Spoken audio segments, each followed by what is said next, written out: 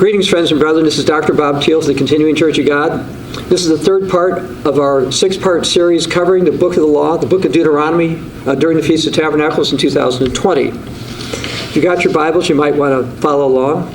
The first two sermons, we covered the first 10 chapters of the Book of Deuteronomy. So today we're going to start with chapter 11 in verse 1. Therefore, you shall love the Lord your God and keep his charge, his statutes, his judgments, his commandments always. You're supposed to love God and keep his commandments, not say, oh, God, these are a burden. I don't want to do this. What's love got to do with this?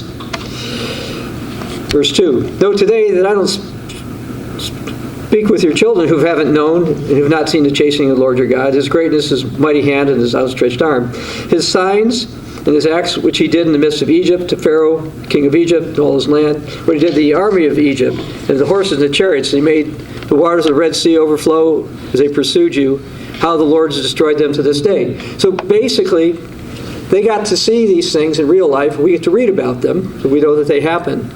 What he did for you in the wilderness till you came to this place, and what he did to Dathan and Abiram, sons of Eliab, son of Reuben, how the earth will open its mouth and swallow them up and their households, their tents, and all the substance that was in the possession in the midst of all Israel. These were critics who thought that they knew better. They thought God was working through them just as well as Moses. God didn't agree with such things. Now, we've got a lot of people out there today who are pretty critical of us. God hasn't decided to use this particular method. I do think he's got another method he will be using in a few years, but right now he's not using this one. Anyway, verse 7, but your eyes have seen every great act, the Lord which he did. In our case, we've read about many of them.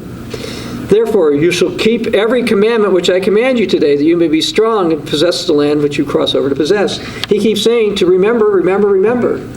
I know it sounds like I'm repeating myself over and over again, but I did not write the Book of Deuteronomy. I do write a lot, but I didn't write that. It was way before my time. I'm not that old, nor am I Moses. Anyway, God uses repetition and to help us remember better.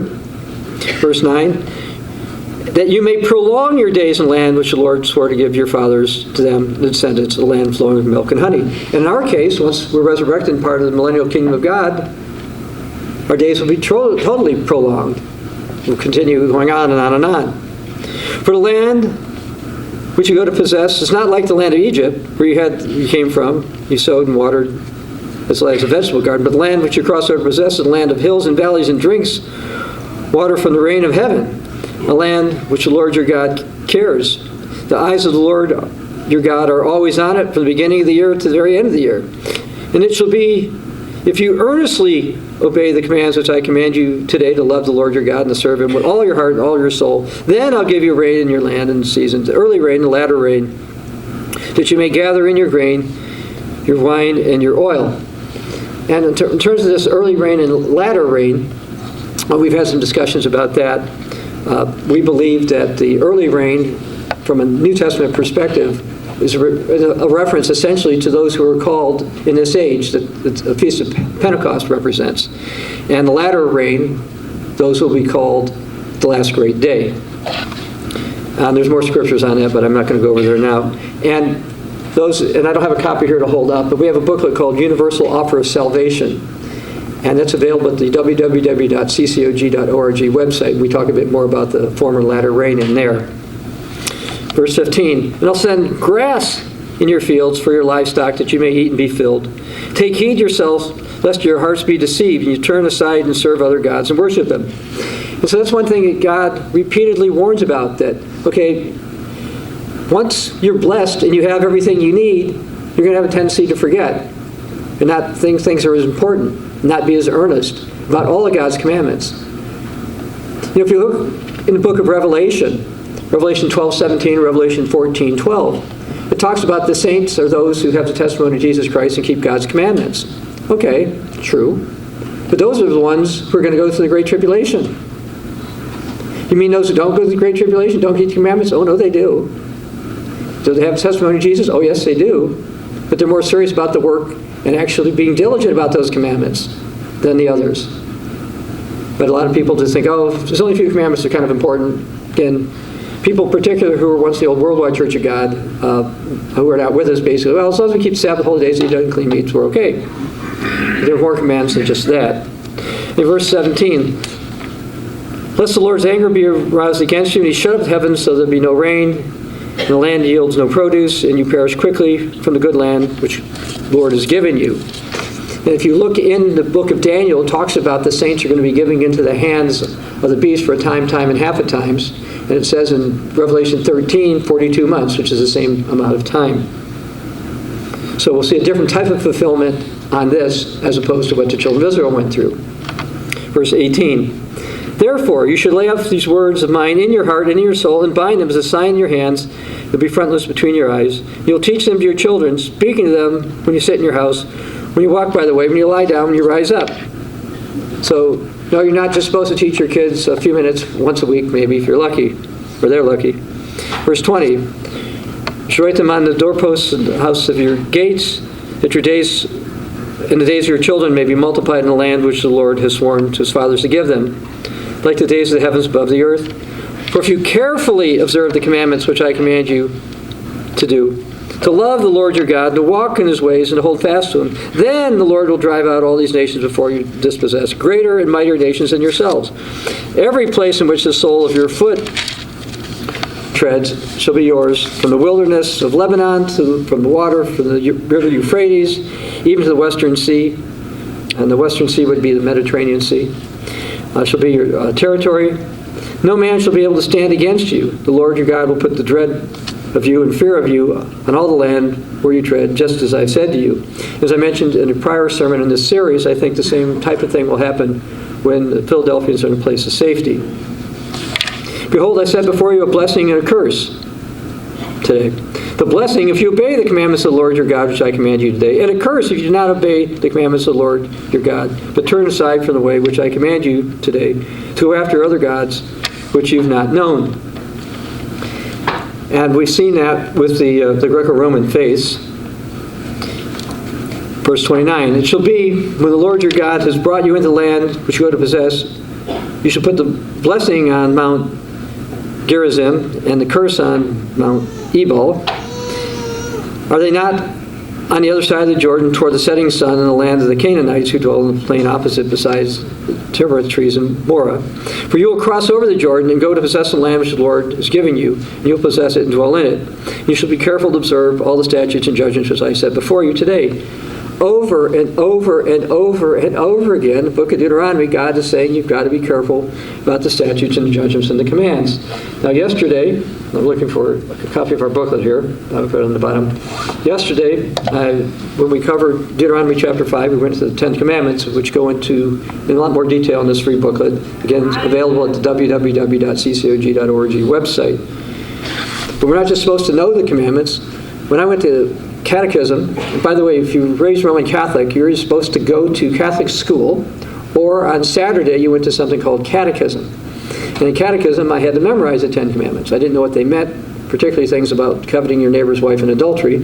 Had no idea what that was talking about, but I just memorized them because that's what I was supposed to do. They didn't really explain them particularly. I asked actually about that, and they said that's got to do with adults, and I didn't know what that meant. Okay, but we're supposed to carefully observe them.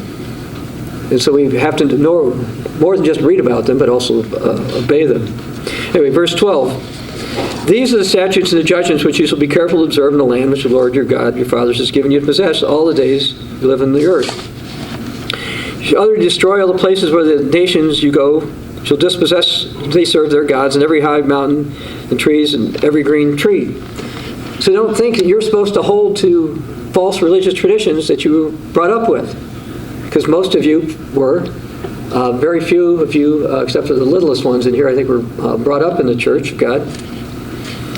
Verse 3, and you shall destroy their altars, break their sacred pillars, burn their wooden images with fire, you shall cut down their carved images of the gods, and destroy their names in that place. You shall not worship your God, Lord your God, with such things. And I realized that was also a couple of chapters back in Deuteronomy. God said it. He keeps repeating it. He repeated it, but we still got the bulk of people who profess Christ who thinks they should have statutes and idols and things to venerate and whatever. Verse 5, but you shall seek the place which the Lord your God chooses out of all your tribes to put his name for his dwelling place, and you shall go there. You shall take your burnt offerings, your sacrifices, your tithes, the heave offerings from your hand, your vowed offerings, your freewill offerings, firstborn of your herds and the flocks. You shall eat there before the Lord your God, and rejoice in all which he put your hand, you and your household. This is talking partially about the Feast of Tabernacles, which is what you're doing now. But you shall not do as we've done here today, every man doing what's right in his own eyes. So wait a second, I thought I was supposed to do what's right in my own eyes. No, you're supposed to do what God says. In this, the prior sermon that I gave on this book of the law, I mentioned that Joshua got to see apparently Jesus, and asked him, are you on their side or our side? He said, no, I'm on God's side. Okay, so we're supposed to be on God's side. And in the New Testament, in the 3rd chapter of the book of Revelation, Jesus basically warns against the Laodiceans, and because we are not particularly familiar with Greek, at least not most of us, and I had probably studied more of it than anybody here, and I'm not a Greek scholar. I'm a scholar who studied Greek. There's a big difference. But I do know that the word Laodicea means people decide or people judge, or judgment of the people. They decide what's right in their own eyes. And again, it's not that you're not supposed to do what's right, but people will miss the forest for the trees, to use an American expression sometimes. Anyway, verse 9. For you've not yet come to the rest of the inheritance which the Lord your God has given you. And for us, that will not happen until we're in the kingdom of God. But when you cross over the Jordan and dwell in the land which the Lord your God is giving you to inherit, and he gives you rest from all the enemies that are around you so that you dwell safely, and there will be a place where the Lord your God chooses to make his name abide. You shall go there as I command you, and bring your burnt offerings, your sacrifices, your tithes, heave offerings, choice offerings, which you vow to the Lord. Now, during the Feast of Tabernacles, we do take up a physical offering on the first day of it, as well as the last great day. We expect to be living sacrifices and to attend services and to learn and grow in grace and knowledge of Jesus Christ. Verse 12, you shall rejoice before the Lord your God, you, your sons, your daughters, your male servants, your female servants, and the Levites within your gates, for he has no portion of inheritance with you. Take heed that you don't offer your burnt offerings in every place that you see, but the place that the Lord chooses, in one of the tribes where you shall offer your burnt offerings and do all that I command you. However, you may slaughter and eat meat in your gates, whatever your heart desires, according to the blessing the Lord your God has given you. The clean and the unclean may eat of it, and the gazelle and the deer alike. Now, I wondered what that meant. In the Old Testament, there were certain things you would do that you could make yourself physically unclean. Okay? But you were still allowed to eat. Okay? Even if you had, let's call it ritual uncleanliness. Verse 16, only you shall not eat the blood, you shall pour it on the earth like water. There are people, of course, who like to eat things like blood sausage. Of course, we don't do that. Verse 17, you may not eat within your gates the tithe of the grain of your new wine or your oil. Let me just comment here on the new wine and the oil. There are some people who say you should only tithe on agricultural produce and nothing that's manufactured. Well, I don't know if any of you have tried to make wine or oil. I've failed on trying to make oil. Believe it or not, when I was 16, I read some book and I actually tried to make some wine, which I gave to my parents. I'm not a wine drinker. I don't really like wine, but I just thought it was cool to try to do this once. But it's a manufacturing process. It's not like we had a vegetable garden and fruit trees too. It's not like I go out and pick a bottle of wine or pick a olive oil. Okay, it's more than just that. And so, remember, I was asking this sermonette in New Zealand once how many people were full-time farmers, but basically none. But there are people out there who argue against tithing because they say it's only for what's produced by the land. Well, everything directly or indirectly comes from the land. Okay? Okay, I'm going to hold up this high-tech item. It's a watch. It's a digital watch. It's got some kind of battery in it. It's made out of, this might be rubber or plastic, I don't know, but if it's some type of plastic, that was from oil that came from the ground. The metal was mined out of the ground. Everything came from the ground. Okay, so for people who argue against such things. All right, let's see. Where did I leave off here? I'm sorry. Okay, verse 18. You shall eat them before the Lord your God in the place he chooses, you, your son, your daughter, your male servant, female servant, Levite within your gates. You shall rejoice before the Lord your God. to which he put your hands. Take heed that you don't forsake the Levite as long as you live in your land. That would be the ministry. Verse 20, when the Lord your God enlarges your border as he has promised you, and you say, let me eat meat, because you long to eat meat, you can eat as much as your heart desires in the place the Lord your God chooses to put his name. It's too far for you. You may slaughter your herd and your flock, which he's given you, and you may eat within your gates as much as your heart desires. Just as the gazelle and the deer are eaten, so you may eat them. The clean and the unclean alike may eat of them. As I've mentioned again, it's talking about ritual uncleanliness. This would include, for example, back then, women in their menstrual cycles or something like that, they were still allowed to eat. Verse 23, only be sure that you do not eat the blood, for the blood is the life. You may not eat the life with the meat. You shall not eat it. You shall pour it on the earth like water. Again, I just read that a few moments ago, but God is repeating it. By the way, the word Deuteronomy means second law, or the second reading. Okay, so it's again and again. Verse 25, you shall not eat it, that it may go well with you and your children after you when you do what's right in the sight of the Lord. Only the holy things which you have, your vowed offerings, you shall take the place the Lord chooses. You shall offer your burnt offerings, the meat, the blood, on the altar of the Lord your God. The blood of the sacrifices should be poured on the altar of the Lord, and you shall eat the meat. And of course, we don't do that yet. We don't do any more of those. They had the different types of blood sacrifices. The Book of Hebrews, chapters 9, 10, and 10 specifically go in that we don't need to do that anymore. Anyway, verse 28, observe and obey all the words I command you, that may go well with you and your children after you forever, when you do what is good and right in the sight of the Lord your God. Verse 29. When the Lord your God cuts off from before you the nations which you go to dispossess, and you displace them, you dwell in their land, take heed that you're not ensnared to follow them after they're destroyed, and go before you. You go and inquire after their gods, saying, how do these nations serve their gods? I'll do all likewise. Maybe I should serve Mother Earth, or all those kind of religions that are popping up. Verse 31, you shall not worship the Lord your God in that way. Every abomination of the Lord, which he hates, they've done to their gods. They've even burned their sons and daughters in the fire to their gods. Instead, we have abortion, partial birth abortions. They're talking about, we've had a few major American politicians talk about basically right after birth abortions, which is, of course, infanticide. We have a sermonette about that, too, by the way, at the Bible News Prophecy YouTube channel. Verse 32, whatever I command you, be careful to observe it, and you shall not add to it or take away from it. All right, now, chapter 13. If there arises among you a prophet or a dreamer of dreams, well, throughout Church of God history, we know that there have been dreams. Throughout the New Testament and Old Testament, we know that there have been dreams. We know in the book of Acts, chapter 2, verses 16 to 18, that dreams are prophesied for the end time. So, having dreams is fine, and some of them are prophetic.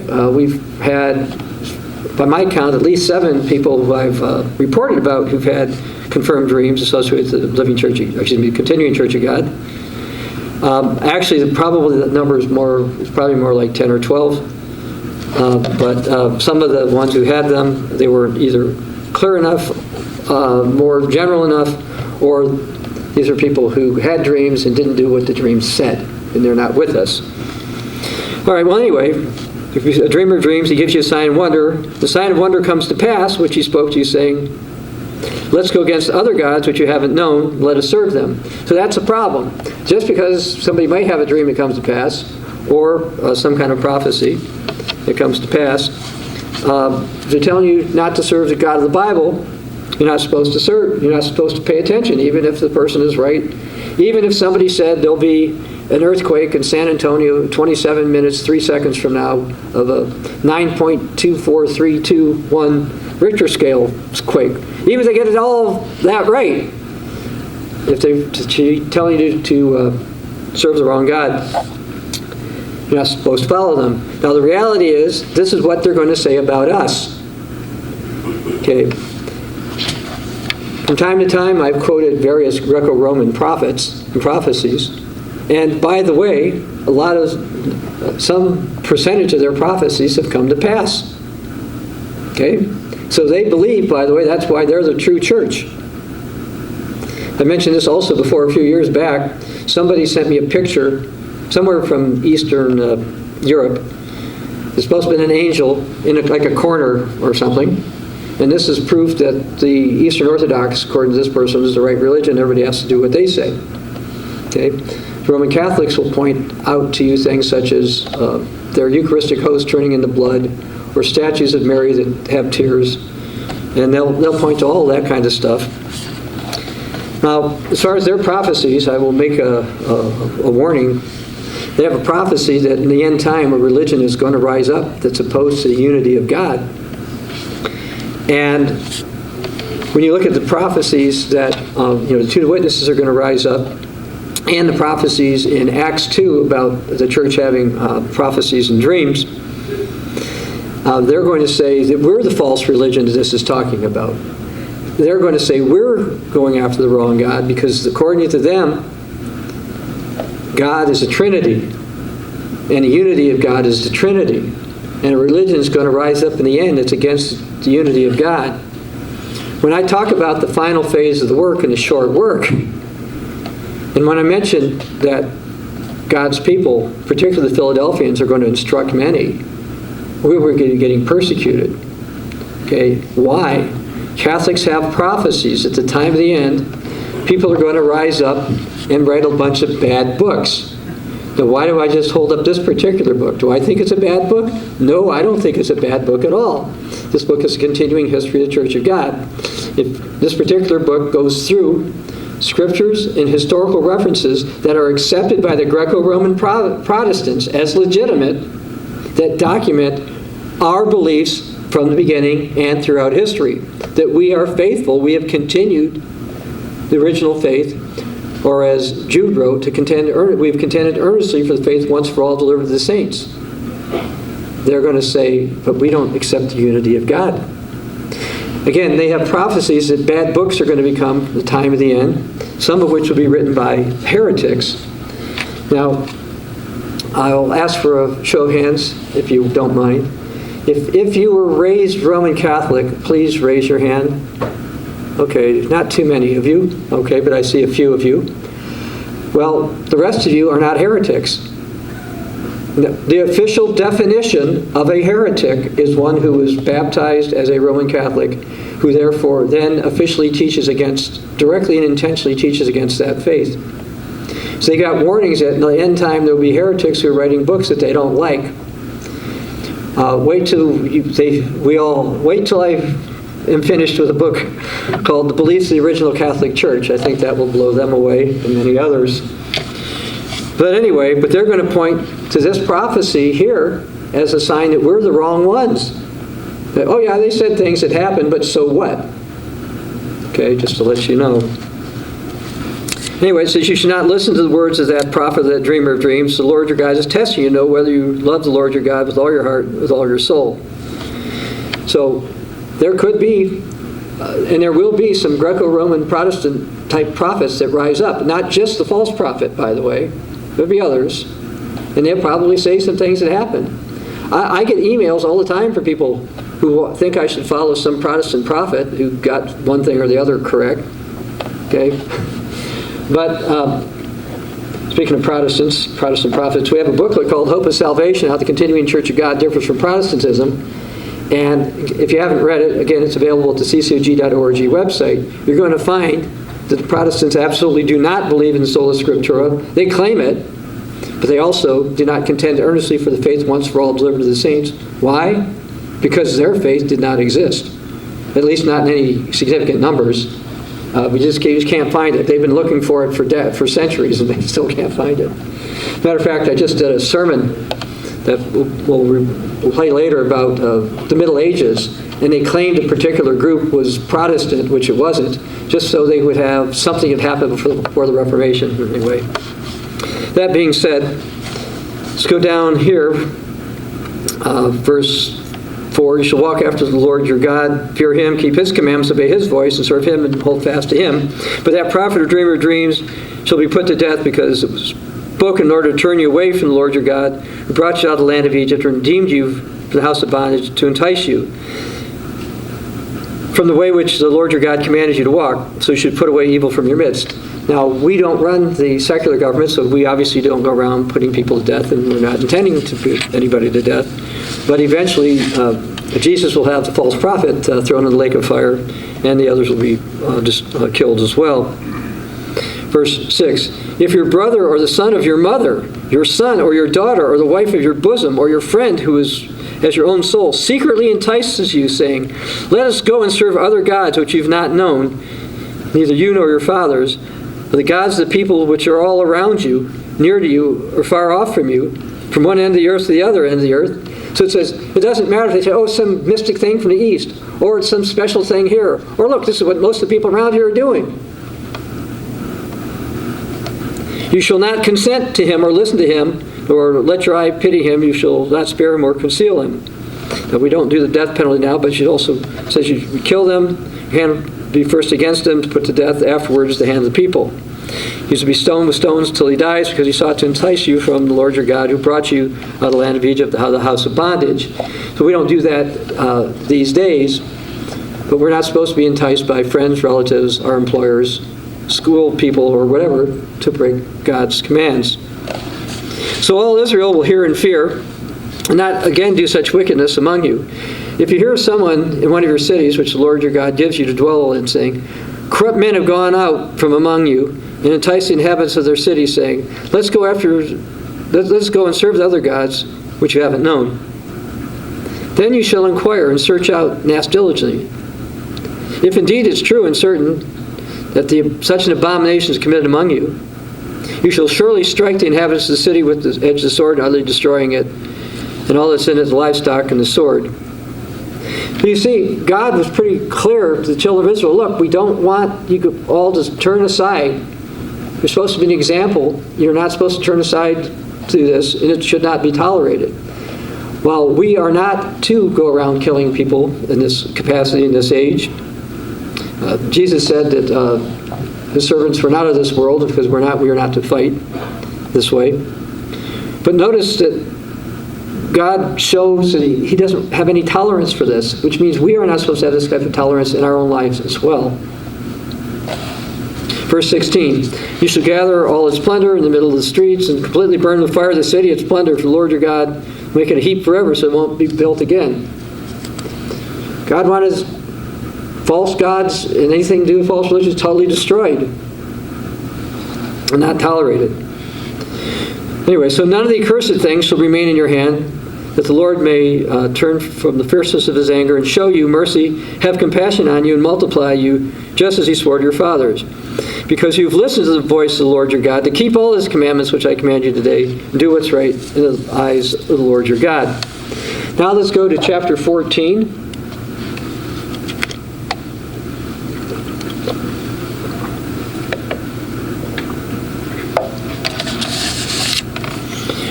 You are the children of the Lord your God. You shall not cut yourselves off, nor shave the front of your head for the dead, for you're the holy people of the Lord your God. The Lord your God has chosen you to be a people for himself, a special treasure among all the people in the face of the earth.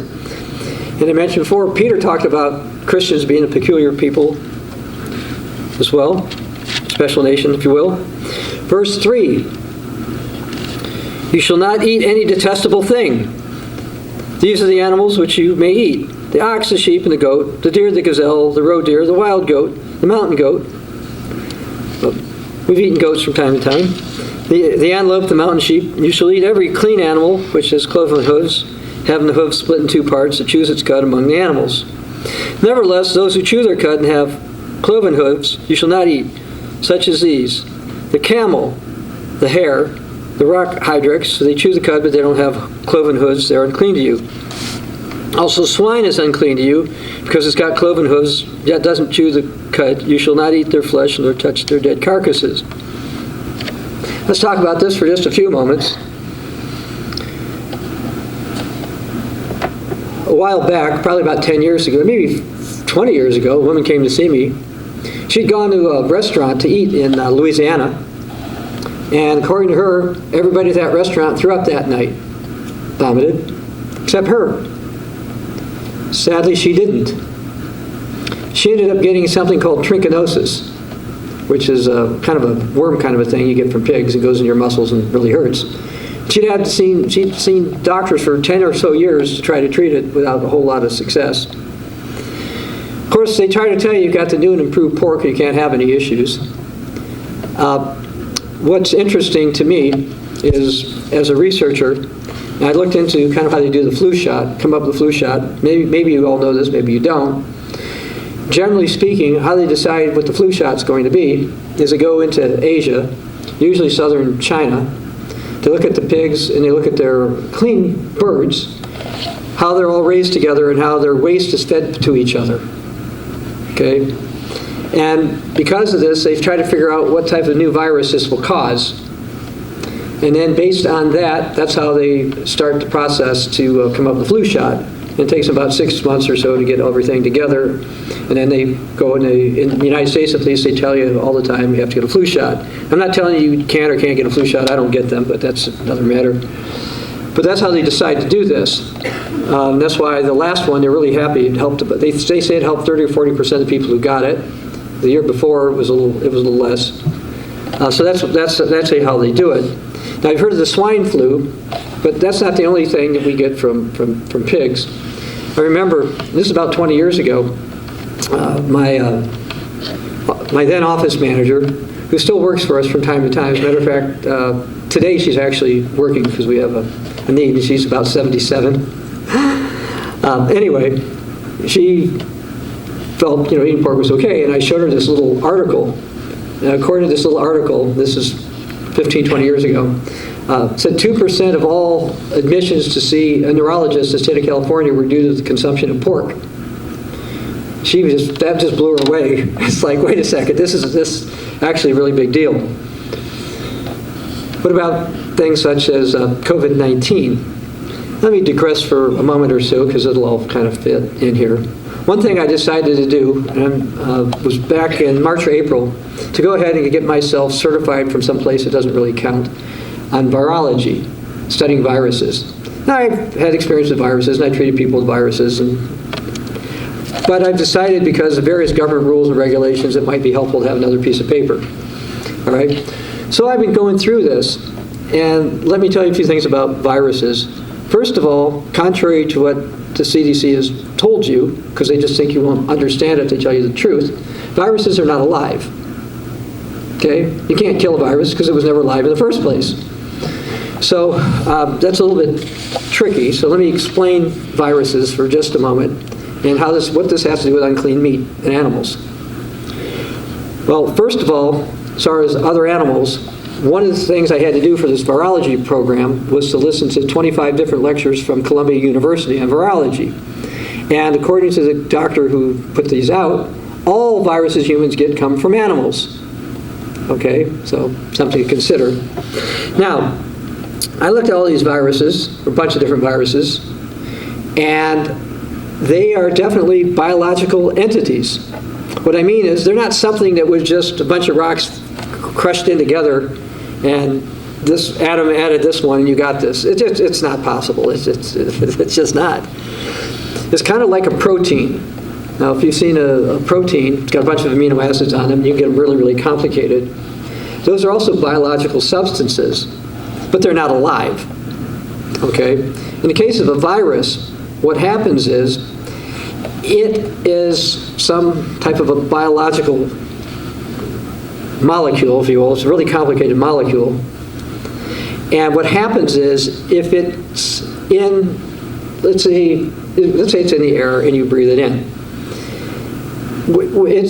If it sees something on one of your cells that will allow it to basically make an injection, which is kind of like a spring. It's kind of like a spring-loaded thing. And let's use a yeast watch here for a moment. And so the virus is kind of floating around and it hits this. It says, oh, no, this is glass. No, can't go in. So, and this is what happens with most viruses. Most viruses that you're exposed to every day, that's what it is. Okay? Can't get in, you don't care about it. Okay? But now we'll turn this around to make us this. So this time he's going around, hits this. Aha! So it's like a spring. It gets loaded, shoots right in there. Okay? When it goes in there, it shoots in either DNA or RNA, deoxyribonucleic acid or ribonucleic acid. And it sends instructions to your cells and tells it to make more of its RNA or DNA. And finally, it basically explodes your cells, and you've got something that's already set up again with spring-loaded to hit another cell and do the same thing. That's more or less how it happens, okay? If you're a real scientist, then maybe that's a bit too simplistic, but for most of us, that really explains what it is. Now, when they tell you can deactivate it, you can kill a virus, they really mean deactivate it, to interfere with its ability to reproduce, and that's why they have you use sanitizers, rubbing alcohol, various alcohols, and all this kind of stuff, because that'll interfere with the process and it won't work. But it's actually technically not alive. Okay? Now, what's this got to do with unclean meat? A lot. Ebola from bats. Other things from bats and pigs. You see, but I heard about these bird flus. Yeah, well, these bird flus, it's because usually they're also associated with swine or some other thing. Doesn't mean it always has to involve unclean animals, but generally speaking, they're involved in the process.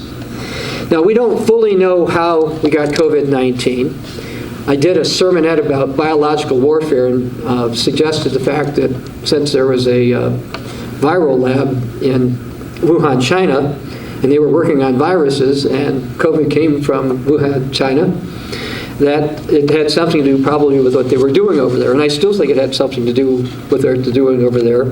I've heard various ones who assure us that it was man-made, and other ones say it couldn't be man-made. As one who studied this in great depth, I can't tell. But what I can speculate, and I will speculate, is one of the things I read from another source, is that probably there was some virus in a bat that somehow ended up in a pangolin, which is a kind of spiny anteater, or a snake or something. And so you've got this thing that was almost able to bother humans, went into another unclean thing that wasn't able to bother humans, and it changed. And we got what we got. I've got very ideas how we probably got it. My personal belief, and this is speculation, so I'll say it, I think it was, I think they were experimenting over in China, and they accidentally released it. I don't think it was on purpose. I know a lot of people feel it was on purpose, and it was all for some biological warfare purpose or whatever. Maybe it was, maybe it wasn't, but I think what we ended up getting was an accident. And the reality is, you haven't heard the CDC or the World Health Organization go out and say people should quit eating unclean meat. We didn't hear it for Ebola. We don't hear it for any of these other diseases. Because if they would do that, we would have less of a viral risk. One of the concerns I have now, and I'm not telling you not to use hand sanitizer and junk like that, but with all this increased use of sanitizers, etc., we're bound to get viruses that this stuff doesn't bother. Okay? This has been overkill in some parts. Again, I'm not saying don't take precautions against COVID-19. We wore our masks all day yesterday like we were supposed to when we were out in the town, if you want to call it that, here.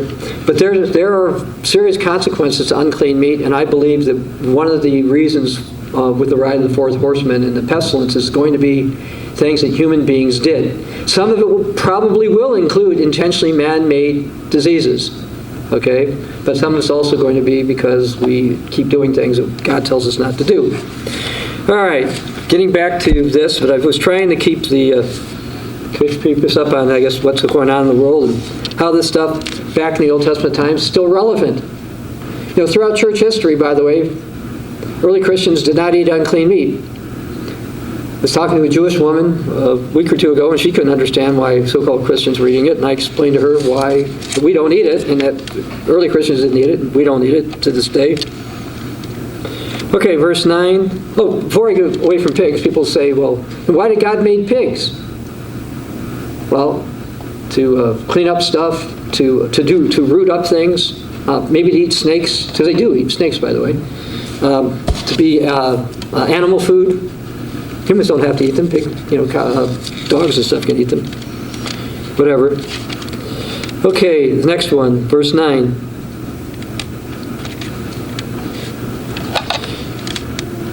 These is what you can eat in the water, those that have fins and scales. But what doesn't have fins and scales, it's unclean to you.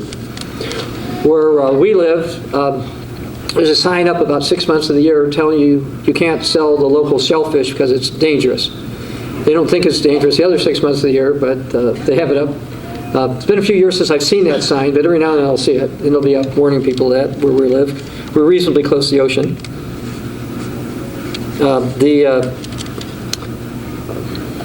The shells, the shellfish and the clams and stuff, so basically are bottom dwellers, and they filter out garbage, and people seem to like to eat it.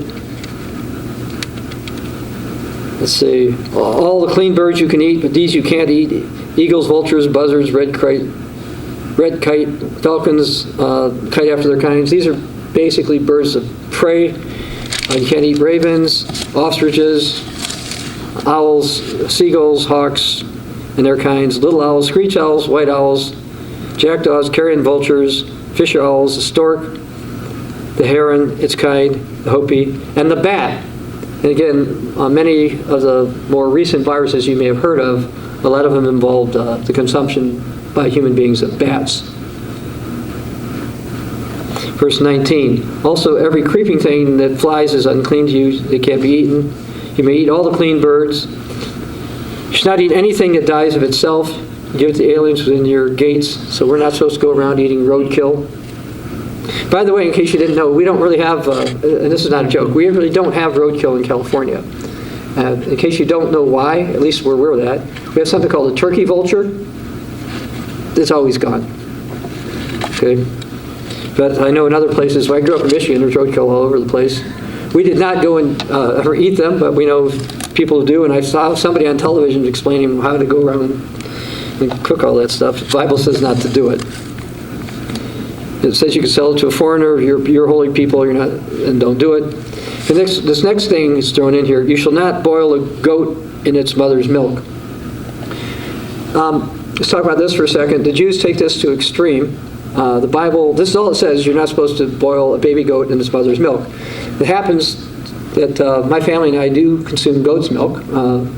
We haven't milked for a while. Last summer we did, but not this prior one. We actually get most of our goat's milk from a farm who's not too far from us. And we've never boiled a baby goat in its mother's milk, so it's actually a pretty easy command to keep. But the Jews have taken this to believe you can't have butter with beef or that kind of thing, and Scripture simply does not say that. This is their interpretation of it, and we do not add to the law of God, and so we don't tell you can't have cheese. You can't have a cheeseburger, for example. You might not. Maybe you shouldn't have too many. Maybe some of you had too many already. But the Bible is not opposed to such things. Verse 22, you shall truly tithe the increase of your grain and the field produces year by year. You shall eat it before the Lord your God in the place which he chooses to make his name. The tithe of your grain, the new wine, your oil, firstborn of your herds and the flocks, that you may learn to fear the Lord your God always. Now this is talking about second tithe, to come and keep the Feast of Tabernacles. But the journey is too long for you, so you're not able to carry your tithe. The place which the Lord your God chooses to place his name is too far from you, and he's blessed you. Then you'll exchange it for money, and take the money in your hands, and you go to the place the Lord your God chooses. Now in the old days, if you were close enough to a feast site and you had animals, you would bring them there. There's a couple things you could do with them. One, you could eat them, and two, you could sell them to everybody who came far away. Nowadays, since I don't think any of you are full-time farmers, plus, turns out hotels probably don't want you to bring your sheep inside here. Okay? Now, my wife and I have raised just one cow, zillions of chickens, geese, turkeys, guinea hens, fish, goats, sheep, ducks. I think that's it. And they have a tendency to make messes all over the place, which is good if you're doing a garden, but not so good on carpets. How many of you have had to chase a guinea hen in your living room? Only one person, she didn't raise her hand. And they run really fast, by the way. But speaking of that, we have some chicken projects going around in different parts of the world. And Evangelist Edmonds Oshing sent me a video, and I said, I wrote him back, I said, those aren't all chickens, those are guineas. So yeah, we have those too. And that's fine, they can raise them and eat them as well. I've only seen them on a menu maybe twice in my entire life, anywhere that they were on a menu. I'm sure there's some places they serve them all the time. But you can eat guinea hens, by the way. Also, I ate peacock once. Somebody was hunting with on my parents' property growing up, and apparently he didn't know the difference between a pheasant and a peacock. So I had to pluck a peacock one time. I really did. It tasted pretty good, by the way. Okay, verse 26. You shall spend that money for what your heart desires, for ox or sheep, wine, similar drink, what your heart desires. You will eat there before the Lord your God, and rejoice, you and your household. You're supposed to enjoy the Feast of Tabernacles. You shall not forsake the Levite who's within your gates, who has no part or inheritance with you. By the way, that does not mean that we expect you guys to get us any kind of a present while we're here. Okay? Don't do that, please. It's not necessary. But anyway, at the end of every third year, you shall bring out the tithe of your produce with your stored within your gates. And the Levite, because he has no portion or inheritance with you, and the stranger in the list of widows within your gates shall come and eat and be satisfied. Lord your God may bless you in all the work of your hands which you do. Now this is talking about what we call third tithe, which is on the third and sixth year of a 7-year cycle. And so that money is used for the poor.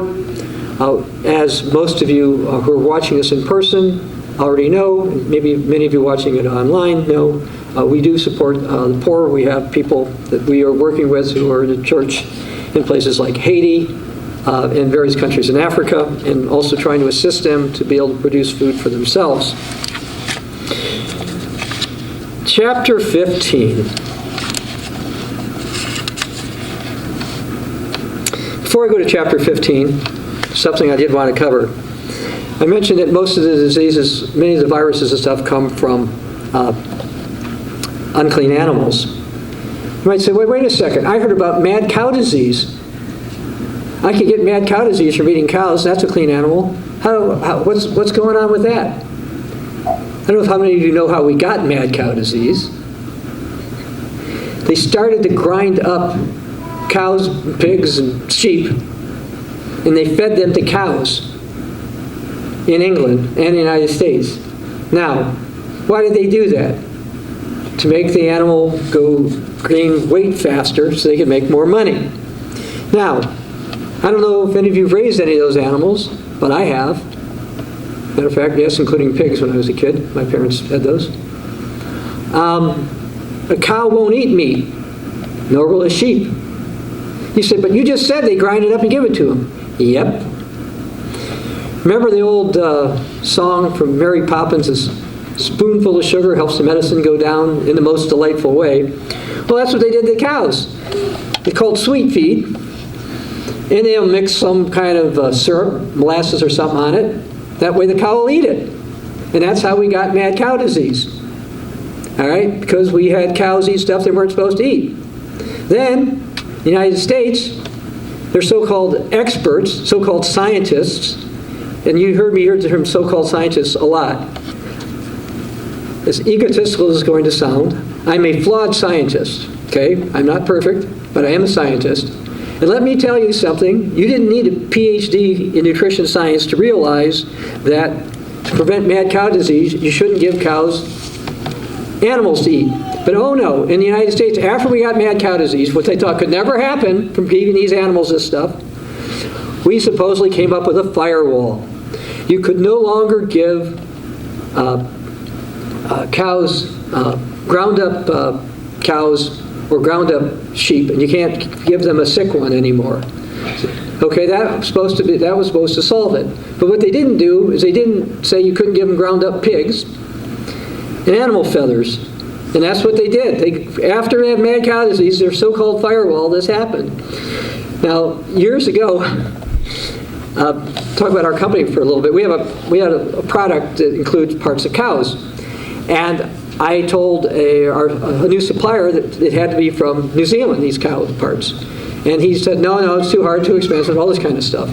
And I said, no, this is what we have to have. He said, why? I said, because we're going to get mad cow disease. And he was in Canada.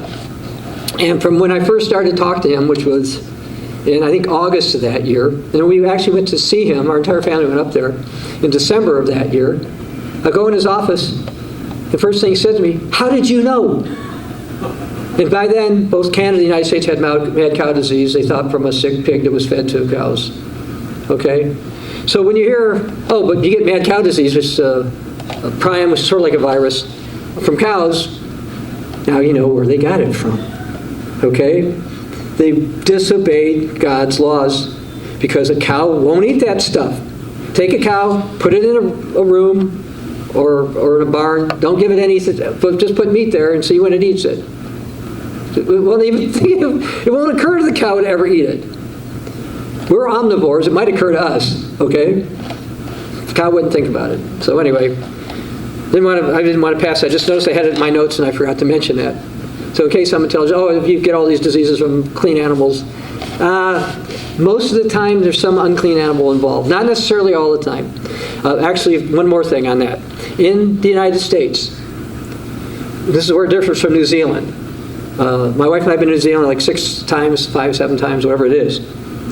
In the United States, by where we live, you see cows. They're on the hillsides. And they do a really good job for the environment. They mow the weeds, reduce our fire risk, and they fertilize at the same time. And they're big enough so coyotes can't kill them. Okay? Because that's why in California you don't have sheep on them, because they all get killed. And goats. They couldn't survive from the coyotes. All right. So far so good. Right? Almost. Then, in order to get more money for these cows, they have so much fat on them. And the way to fatten them up is they take them to the feedlots. And they give them corn sometimes. It used to be with animal parts in there. And if you've ever seen the feedlots, at least the ones in California, you almost never see a blade of grass. And those cows are packed too closely together. And so they're getting each other's muck, and then they get parasites. And so, because they want to be able to sell the meat, they give all the cows an anti-parasitic before they slaughter them, so it doesn't see a visible parasite in them, and then we get them. So again, when you hear people saying, oh, there's no advantage to clean versus unclean meat, they don't know the whole story. Okay? And being in California for the last several decades and seeing how the cows are there is very different. Now, as far as New Zealand goes, every time we were in New Zealand, the sheep and the cows are on grass. Even the cows, when they're penned up in a paddock, it's still grassy. Okay? I'm sure they have places that's all dirt. I haven't seen it in all the times we've been in New Zealand. Now, we've only been to the North Island, but I think the South Island's even more rural than the North Island. And we've been up to the top and in between. I've never seen it. So, by the way, I don't say that people in New Zealand are necessarily better than the people in the United States. It's just that their economy is totally dependent upon meat. And if they got mad cow disease, they would be in a massive depression and probably never recover. In the United States, it was a minor annoyance as far as the government was concerned. All right, so I'll get off of clean and unclean meats, but that's something for those of us who do eat meat I wanted to explain. All right, now let's go to chapter 15. Verse 1. At the end of every 7 years, you'll grant a release of debts. And we don't do that in the United States, but that's what the Bible allows. The United States does have some type of bankruptcy thing, which is sort of partially like this, I guess. And this is the form of the release. Every creditor who lent anything to his neighbor shall release, and shall not require it of his neighbor or his brother, be called the Lord's release. Of the foreigner you may require it, but you shall give up your claim to what's owed by your brother, except when there's no poor among you. So, if there's no poor people, then okay, you don't have to have debt relief, but as long as there's poor people, you have to. And Jesus said the poor will be with us always, so we know that. For the Lord will greatly bless you in the land which he gives you to possess as inheritance. Only be careful to obey the voice of the Lord your God, to observe all these things with the commandments I command you today. The Lord will bless you as he promised you. You shall lend to many nations. You shall not borrow. You shall reign over many nations. They shall not reign over you. If there's any poor man among the brethren within the gates of your land the Lord is giving you, you shall not harden your heart nor shut your hand to your poor brethren. You shall open your hand wide to him, willingly lend him sufficient for his need, whatever he needs. Beware lest there be wicked thought in your heart, saying, the 7th year of your release at hand, your eye to be evil against your brother, you'll give him anything, and he cry out at the Lord against you, and that it become sin among you. You shall surely give to him, and your heart should not be grieved when you give to him, because this saying, the Lord your God will bless you in all your works which you put in your hand. Now, throughout the Bible, we see God promises to bless people who give tithes and offerings, as well as to lend to the poor. For the poor will never cease from the land. Okay, we've got this also in the Old Testament and the New Testament. Therefore I command you, saying, you shall open your hand wide to your brother, and the poor and the needy is in your land. Now that does not mean, by the way, we're supposed to enable people to do things that aren't so good.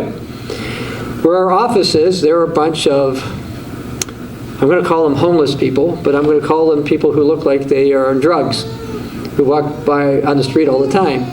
We do not give them money. We do not try to enable their bad habits. And you can tell when they're talking to nobody and various other things, so we don't go to enable them. This is talking about somebody who truly has need. Verse 12, if your brother, a Hebrew man or Hebrew woman, sold to you and serves you 6 years, the 7th year, you let him go free with you. You send him away free from you, and you don't send him away empty-handed. You'll give him liberally from your flock and your threshing floor, your winepress. For what your God has blessed you with, you'll give him. You remember you were a slave in the land of Egypt, and the Lord your God redeemed you. Therefore I command you this day. If it happens that he says to you, I won't go away from you because he loves you and your house, and he prospers with you, you shall take an awl and thrust it through his ear at the door, and he shall be your servant forever. And with your female servant you should do likewise. So it's okay to drill holes in people's ears, I guess. And I know a lot of people do this, but not for this reason. And throughout the Old Testament, by the way, we see earrings are very common and popular. It shall not seem hard to you when you send away free from you, for he's been worth double a hired servant serving you 6 years. Then the Lord your God will bless you in all that you do. All the firstborn males that come from your herd and flock, you shall sanctify the Lord your God. You shall do no work with the firstborn of your herd, nor shear the firstborn of your flock. You and your household shall eat it before the Lord your God, year by year, in the place which he chooses.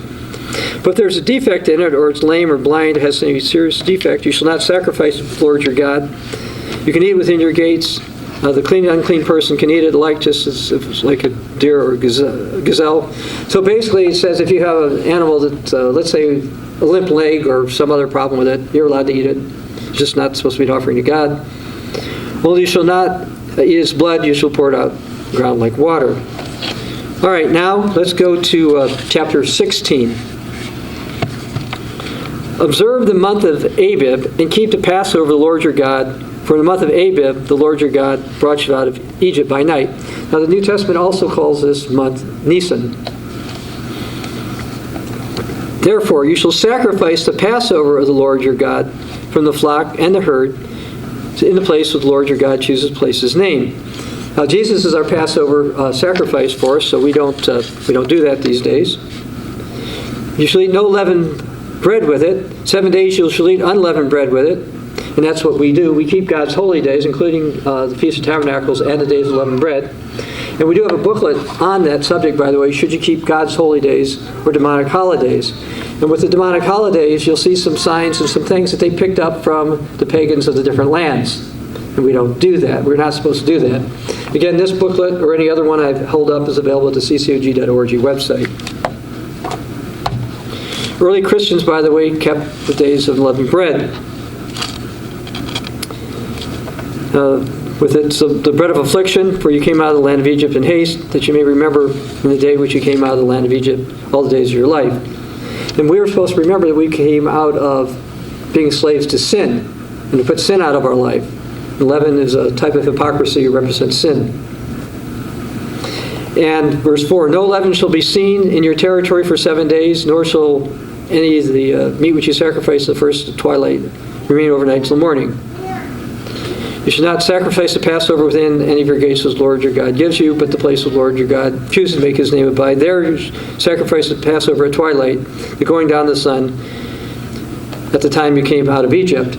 Now this year, particularly in Africa, who were used to going to different places for Passover, we instructed them that you may have to actually keep Passover in your house. Now most of you in the States have to do that anyway, so you watch our videos. Over there it was a little more complicated because we had different languages and how to do this. But it says where God chooses to make his name abide, and then when they won't let you go from one house to the other, we did it in our own houses. Anyway, verse 7, you can roast and eat it in the place the Lord your God chooses. In the morning you shall turn and go to your tents. 6 days shall eat unleavened bread, and on the seventh day shall be a sacred assembly to the Lord your God. You should not do any work on it. Now, by the way, notice that this says this Passover days of bread are observed in the month of Abib, which is the first month of the calendar.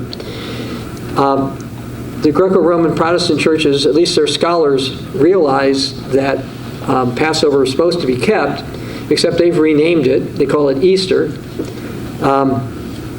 They do think it should be somewhere around the first month, but the way their calendar is set up right now, it has to be after Passover.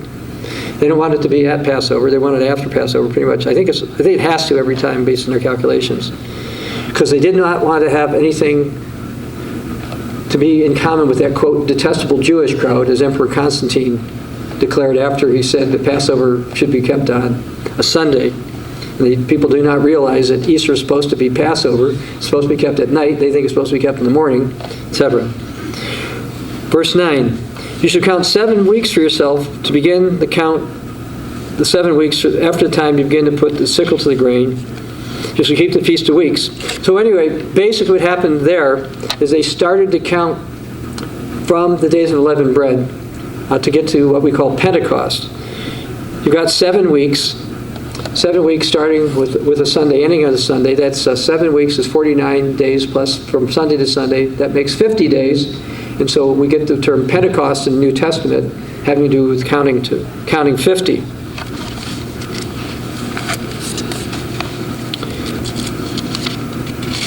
Verse 10, then you shall keep the Feast of Weeks. So Pentecost is also called the Feast of Weeks.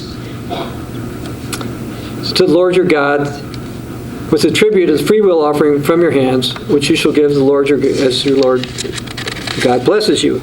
You shall rejoice before the Lord your God. You and your son, your daughter, your manservant, your female servant, the Levites within your gates, stranger and the fatherless and widows who are among you, in the place the Lord your God chooses to make his name abide. Again, you see over and over and over again, God says you're supposed to rejoice at his holy days. But people act like, no, this is a terrible burden. You shall remember you were a slave in Egypt. You should be careful to observe these statutes. You shall observe the Feast of Tabernacles 7 days when you've gathered from your threshing floor and from your winepress. So, again, we see another command to keep God's holy days. You shall rejoice at the feast. You, your son, your daughter. Again, he's telling us to rejoice at the feast. Your male servant, female servant, and the Levite, the stranger and the fatherless and widows within your gates. 7 days shall you keep a sacred feast to the Lord your God, the place which the Lord chooses, because the Lord your God will bless you in all your produce, in all the works of your hand, so that you surely rejoice. And I realize it's difficult to be able to plan and to get out to come to the Feast of Tabernacles. Okay? I had outside employers for a number of years. I was actually in the Church of God and in the military at the same time. And one of the years I was pretty certain I was going to spend it in jail because they wanted me to do something I was unwilling to do, which was to work on Day of Atonement. I already told them I wasn't going to. But anyway, I got through it. Fortunately, I didn't get jailed. My wife did lose a job because of it. I've had a couple of times, as far as going through school, I had a couple of grade issues, I guess, because I kept the holy days. But we got through it. Our children got through it. But having said that, I'm not standing up here saying just because I got through all this stuff, my family got through all this stuff, that it's easy for you to get through it. Why do I say that? Because there's been a real change in attitude in the United States. Let's talk about this for a minute. I'm giving this particular sermon from San Antonio, Texas. I flew into San Antonio, Texas. It was the first flight I've ever had back in April of 1976. And I had basic training at a place called Lackland Air Force Base, which is in this area. And what was interesting to me was how they pushed religion. They didn't really care what religion you had. but they pushed religion.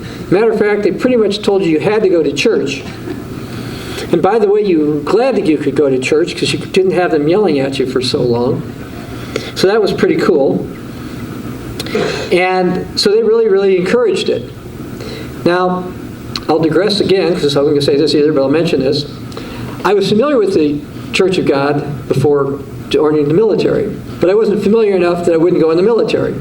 Okay. Shortly after I got in, I realized that I probably shouldn't have done it, but I was in.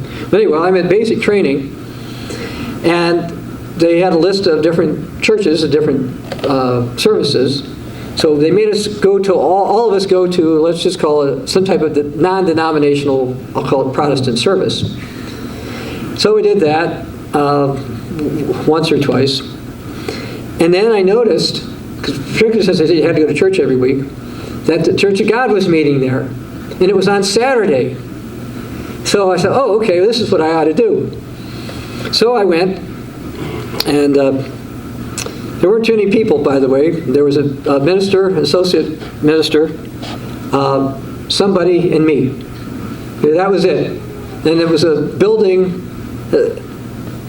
about the size that we're in, right, this hall we're in right now, except maybe twice as wide. Okay? And there were two people up front, and then there were two people in the audience. And I didn't realize that this type of, it was on Saturday, and it was Saturday evening, but before sunset. Okay? So I thought, okay, I've never been to Church of God service, I should do this.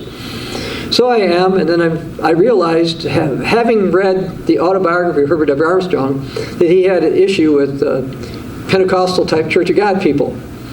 And I realized that that's what was going on here. And I also realized that Jesus warned against vain repetition. And after the minister going into some type of vain repetition, saying in her Jesus at least 50 times before I walked out the door. Okay? And, by the way, I was a teenager. Okay? But I knew enough. And from that particular experience, I learned a very important lesson. It does matter what Church of God you support. Okay? But that's not why I'm telling you this story. I mean, it is in one sense, which is why when the apostasy hit the worldwide Church of God, and things affected various other churches of God, I moved as I did, and various ones of you moved, as need be. Again, I learned that just thinking it's a Church of God and it goes to church on Saturday doesn't mean that's the one you're supposed to be. All right, having said that, but the reason I'm telling you this story was not that part of it, but because when I was in the military, at least at basic training, and pretty much only at basic training, they really pushed religion. There's a guy who saw me at my office a decade or so ago, and he joined the Navy. All right? And he went to basic training. I don't remember where it was. He didn't make it through. I guess he made it through about 2 or 3 weeks, and then that was it, and then he came home. And I talked to him, and they had a completely different attitude toward religion then. Remember now, the U.S. military has pushes the LGBTQ agenda. And this guy, they were giving him a hard time about whatever his faith was. He's some type of a Protestant. And he couldn't handle it. And I was surprised because when I was in the military, at least at basic training, they were pretty pro-religion. And I kind of thought one of the reasons they were kind of pro-religion is they wanted people to be willing to die for their country or for their God. And you kind of wonder since you got more and more atheists and agnostics, what's going to happen when the United States does get attacked? And how many of them are going to decide, I don't believe in God anyway, and the Constitution, we ought to change parts of it because we really believe in freedom of religion, freedom of press, and freedom of speech. So the reason I tell you all that is if you have to get off of school, if you have to get off from work, it may not be as easy as it was for us. And I wasn't saying it was easier for my wife and I, okay? But I think it might be worse now. Jesus said to be wise as serpents, harmless as doves, and beware of men. So when we do want time off or need time off, we ask, I always made it through. My family always made it through. Our kids made it through. But sometimes you get people who are just opposed. As a matter of fact, actually to get my PhD, they told me that I could not be off the 2 Sabbaths that I needed to be off. They had to meet for 10 days straight. So I'll bore you with this story. And it started on a Friday. And it turns out the 2 instructors didn't show up on the Friday. They had plane problems. So I go there for the first day, and there's nobody there. And I'm not going to make the second day. Okay? And they already told me that I had to show up to all this stuff. So I had a tape recorder, and I asked somebody who was going to show up. I said, I can't come tomorrow because it's Saturday. It's a Sabbath. Could you record some of this? She said, okay. So she does. And I come there the next day, and there were these 2 instructors. And one of them, fairly arrogant woman, just yelled at me from one side to the other because I wasn't there and how this shouldn't count and all this kind of stuff. And I just put up with it. I had actually consulted with, this time, Worldwide Church of God, the legal department for her. They just said, show up when you can, see what they do. I said, all right, so I did. So I did not know how this was going to go. Anyway, so she yelled at me, told me it wasn't going to count and all that. Turns out the other guy married a Jew. So he was kind of understanding.